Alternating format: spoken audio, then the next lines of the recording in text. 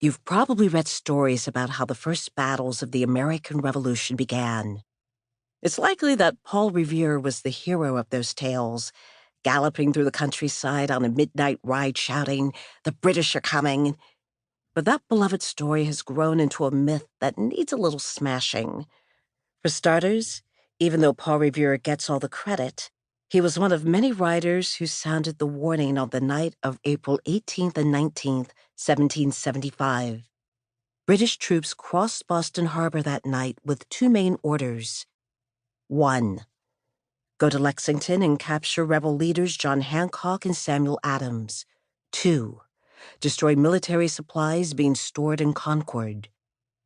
Dozens rode to spread the warning, but only a few, Revere, William Dawes, and Samuel Prescott, made it into history books. Most of the writers' names aren't even known. It's unlikely that any of them shouted, "The British are coming." At that time, most colonists still considered themselves British citizens too. They probably would have called the King's soldiers Redcoats or regulars, but at least for a while, they wouldn't have been shouting anything at all. Their mission, warning Hancock and Adams, required them to reach Lexington without being caught. That meant being quiet. It was Samuel Prescott, not Paul Revere, who managed to complete his full mission that night. He rode to Lexington, avoided capture, and went on to Concord to warn people there. Revere made it to Lexington, but British soldiers captured him later. Dawes managed to avoid getting caught, but his horse threw him off and then ran away, so Dawes ended up having to walk back to Lexington. So why is Paul Revere the famous one? Probably because Henry Wadsworth Longfellow wrote a poem about him. Listen, my children, and you shall hear of the midnight ride of Paul Revere. On the 18th of April in 75, hardly a man is now alive who remembers that famous day and year. Longfellow wrote this poem just before the American Civil War, thinking that a story about a good old-fashioned patriot might lift America's spirits. That poem didn't offer a particularly accurate account of what happened back in 1775, but people liked it anyway, and Revere became known as the lone riding hero of the night. Maybe it was because his name was easiest to rhyme. Listen up to the story of Samuel Prescott, who rode just like Revere but got less caught. Note, Longfellow didn't write this.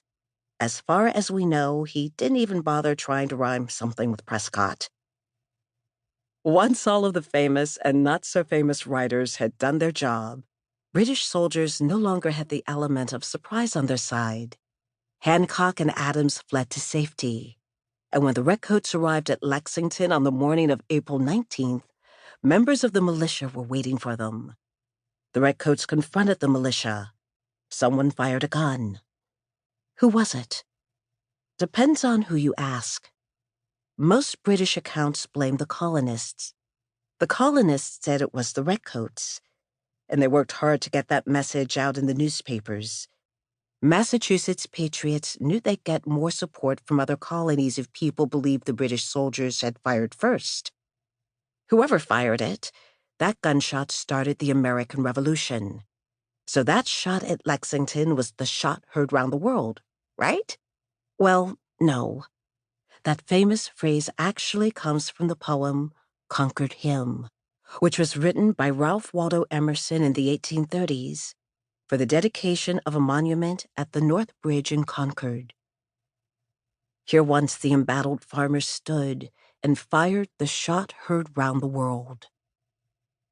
The shots fired at Concord came after the Battle of Lexington, but Emerson didn't get asked to write a poem about that, and shot heard round the world sounded awfully nice. Like the famous Revere poem, this one is a little misleading when it comes to what really happened. So Lexington was the first real battle of the Revolution, but it didn't last long. The colonists were outnumbered. There were only about 80 of them, compared to several hundred Redcoats. But they held their ground until that first shot was fired. Then chaos broke loose, and it wasn't long before the militia had to retreat.